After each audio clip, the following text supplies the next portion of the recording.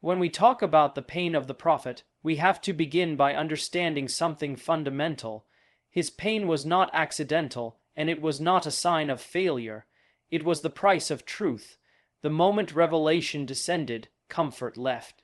The moment he stood up and said, La ilaha illa Allah, the world around him stood against him, and that tells us something very important about the nature of truth itself. Truth is not always welcomed. Truth disrupts systems, exposes injustice, and unsettles people who benefit from falsehood, and that is why the Prophet suffered. He did not suffer because he was harsh. He did not suffer because he was unwise. Even his enemies called him Al-Amin, the trustworthy one. He suffered because truth, when spoken clearly, forces people to choose, and many people would rather attack the messenger than accept the message. For 13 years in Makkah, the Prophet endured ridicule, slander, isolation, and mockery. They called him a poet, a madman, a liar, anything except what he truly was, not because the message was unclear, but because it was too clear. And here's the remarkable thing, he could have softened the message. He could have compromised. They offered him wealth, leadership, and status. All he had to do was stop speaking about Tawhid so directly. But truth does not bend to convenience. Truth demands integrity, and the Prophet understood that once truth is diluted, it is no longer truth. It becomes decoration. So he stood firm, even when standing firm meant standing alone. This teaches us something deeply uncomfortable. We often assume that if Allah loves someone, their path will be easy, but the Seerah shatters that illusion. The most beloved of Allah walked the hardest road. Pain was not a detour from his mission, it was part of the mission. Every insult refined his character. Every rejection strengthened his resolve. Every hardship taught the Ummah that sincerity is proven when it costs you something. And there is another layer to this pain. The Prophet was not distant from his people. He loved them. These were his family, his tribe, his neighbors. Their rejection was not abstract. It was personal. And yet, he never responded with bitterness. He responded with consistency. Day after day, he showed up with the same message, the same patience, the same dignity. That is what truth looks like when it is lived, not just spoken. So when we experience discomfort for holding on to what is right, when we are misunderstood, sidelined, or criticized for our principles, we should remember that pain does not mean we are on the wrong path. Sometimes, pain is the evidence that we are walking in the footsteps of the one who carried truth when it was heaviest. Truth has always demanded a price, and the Prophet paid it in full, so that we would know it is worth paying at all. When we speak about the pain of the Prophet, we also have to acknowledge something deeply human. His pain was not only public, it was personal. It wasn't just the insults in the streets or the stones thrown in moments of rage. Some of the deepest wounds were the ones no crowd saw, the ones carried quietly in the heart.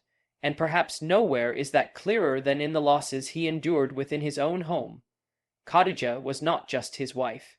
She was his shelter when the world turned hostile, his reassurance when revelation felt overwhelming, his support when no one else believed. She believed in him before the message spread, before the followers came, before history changed.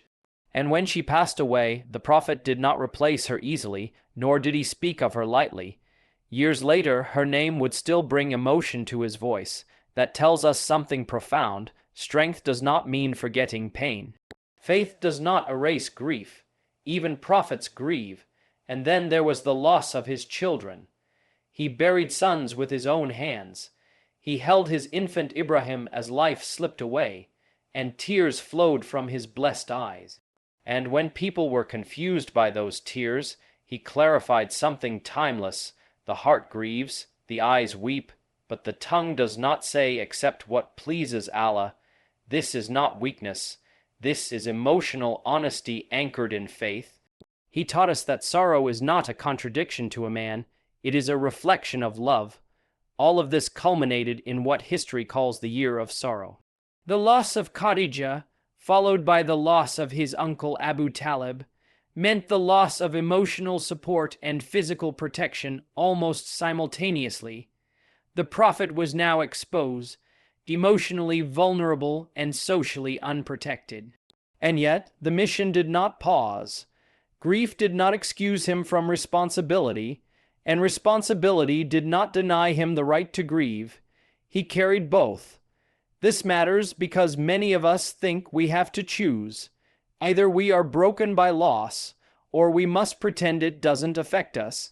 The Prophet showed us a third way. You carry your pain with dignity, you acknowledge it without being defined by it. You turn to Allah not because the pain disappears, but because only Allah can hold a heart that heavy. And through it all, he never allowed personal grief to harden him. Loss did not make him distant. Pain did not make him bitter. If anything, it deepened his mercy. It softened his understanding of human weakness. The man who buried his loved ones was the same man who comforted others in their loss, because he knew that pain from the inside. So when you carry grief that no one else sees, when loss reshapes you in ways you didn't choose, remember this. The Prophet walked that road before you. And he taught us that even the most shattered heart can still be held together by trust in Allah. When we reflect on the pain of the Prophet, we cannot sanitize it or turn it into something symbolic. His suffering was real. It was physical. It left marks. This was not a man who lived in comfort while preaching patience.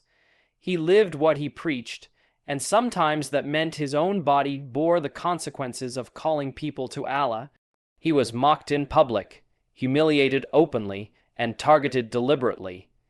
People threw filth on him while he prayed. They placed thorns in his path. They choked him with his own garment, and still he returned to the same streets, the same people, the same message. Not because he was unaffected, but because the mission mattered more than his comfort. That level of resilience does not come from emotional numbness. It comes from conviction. And then there were moments when the pain crossed into outright brutality. In If, he went not as a conqueror, not as a politician, but as a caller to Allah, hoping for hearts that might listen. Instead, he was chased out by mobs, pelted with stones until his feet bled so severely that his sandals filled with blood.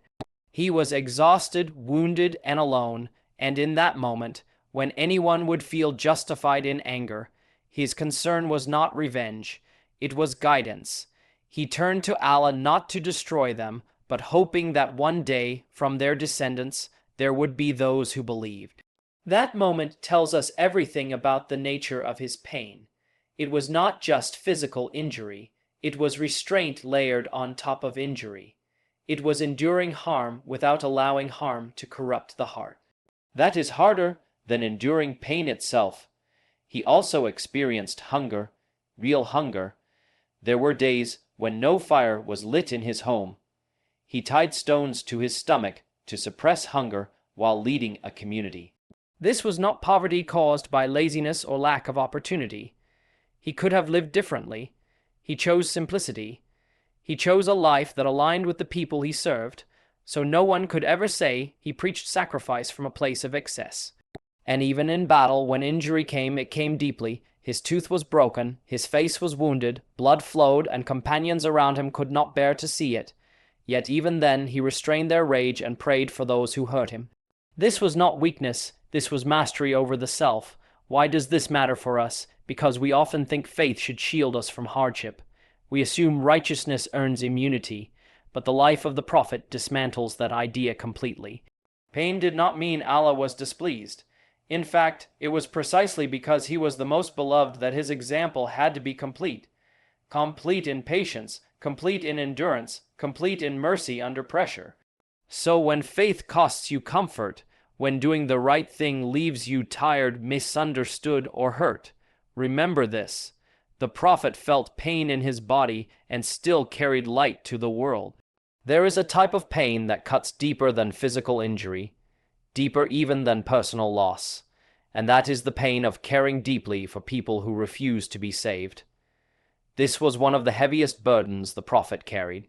His pain was not centered on his own suffering, it was centered on the fate of others. He was wounded not only by what people did to him, but by what they did to themselves by turning away from guidance. The Quran captures this emotional weight with striking honesty. Allah tells him in essence, do not let your soul be consumed by grief over them. That tells us something profound. The Prophet was grieving for people who mocked him, harmed him, and rejected him. He was losing sleep, shedding tears, carrying a sadness that most of us would reserve only for those closest to us. Why? Because he saw beyond the moment, he saw the akhirah, he saw where stubbornness, arrogance, and denial would lead, and it hurt him. This was not frustration rooted in ego. It was compassion rooted in responsibility. He did not view people as enemies to defeat, but as souls to be rescued. Every time someone turned away, it wasn't a blow to his reputation. It was a blow to his heart. He wanted salvation for people more than they wanted it for themselves, and that kind of love is exhausting. Think about the irony of it all. The very people who accused him of lying were trusted with their valuables. The very people who attacked him would come to him for judgment because they knew he was fair. And still, when it came to submitting to Allah, they hesitated. That contradiction weighed on him. He knew their potential. He knew who they could become if only they let go of pride. And watching people sabotage their own future was a pain no wound could match. Even with his companions, this emotional burden continued. He worried about them constantly. He feared for their faith after he would be gone. He warned them not because he doubted them, but because he loved them. His concern was never about numbers or appearances. It was about sincerity and endurance.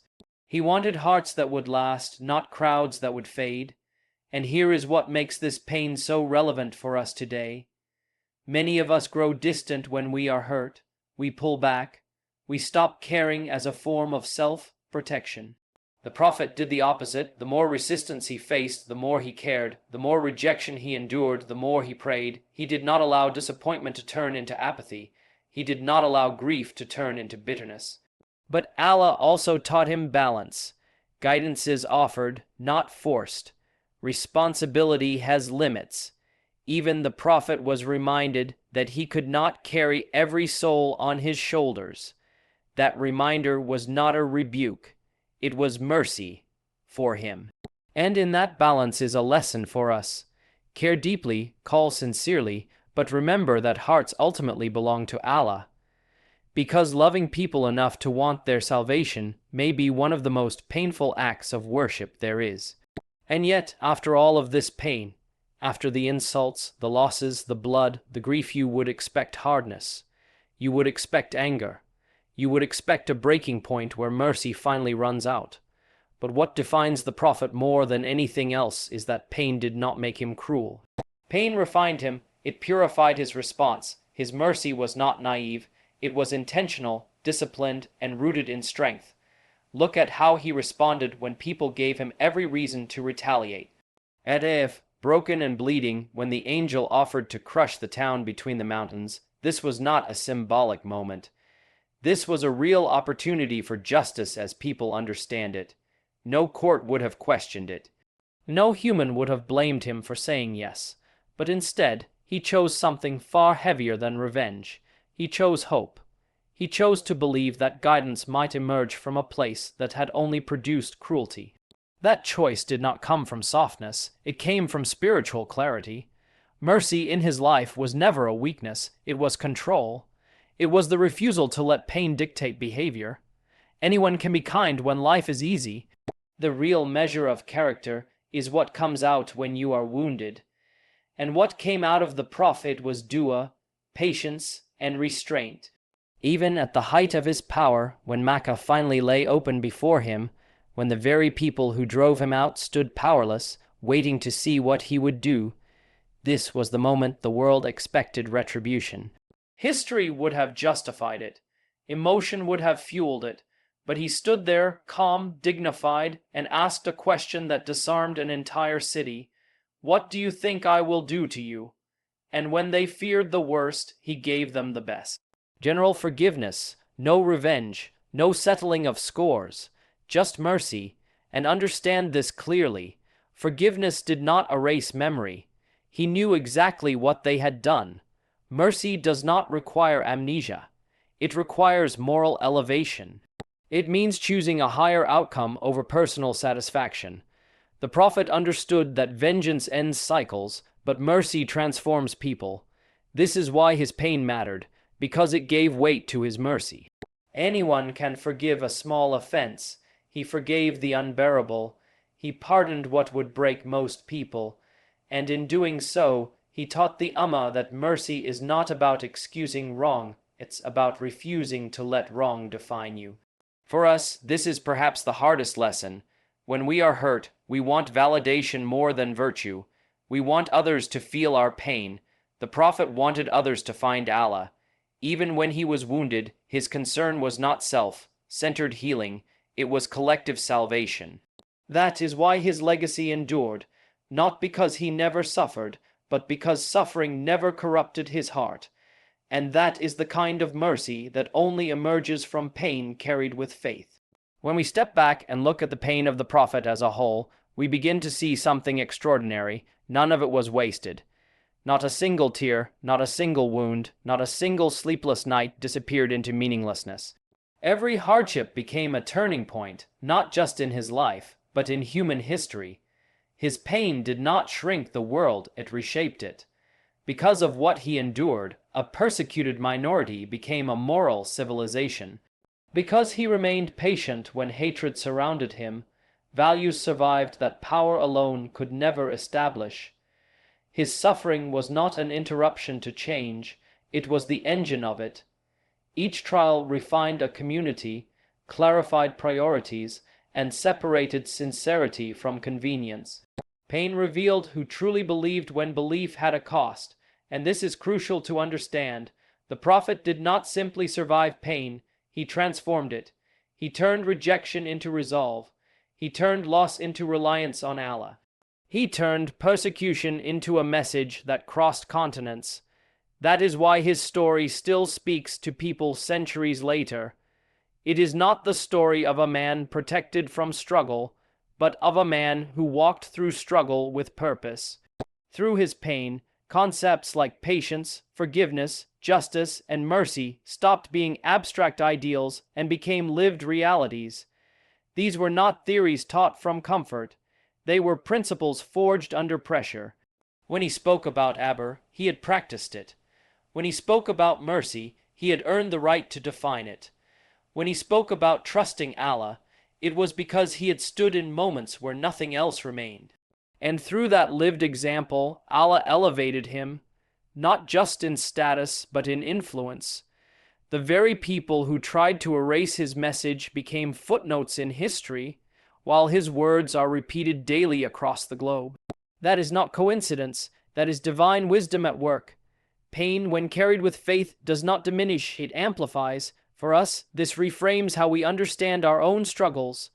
We often ask why pain slows us down, why it interrupts our plans, why it makes life heavier. The life of the Prophet invites us to ask a different question. What is this pain shaping me into? What truth is it clarifying? What sincerity is it demanding? Because real change, personal or collective, has never come from comfort. It comes from endurance with meaning. It comes from choosing faith when ease is no longer an option. The Prophet shows us that when pain is anchored to purpose, it becomes transformative. His mission succeeded not despite his suffering, but through it. And his legacy remains not because he avoided hardship, but because he met hardship with unwavering faith. And that is why his pain did not break the world, it changed everything.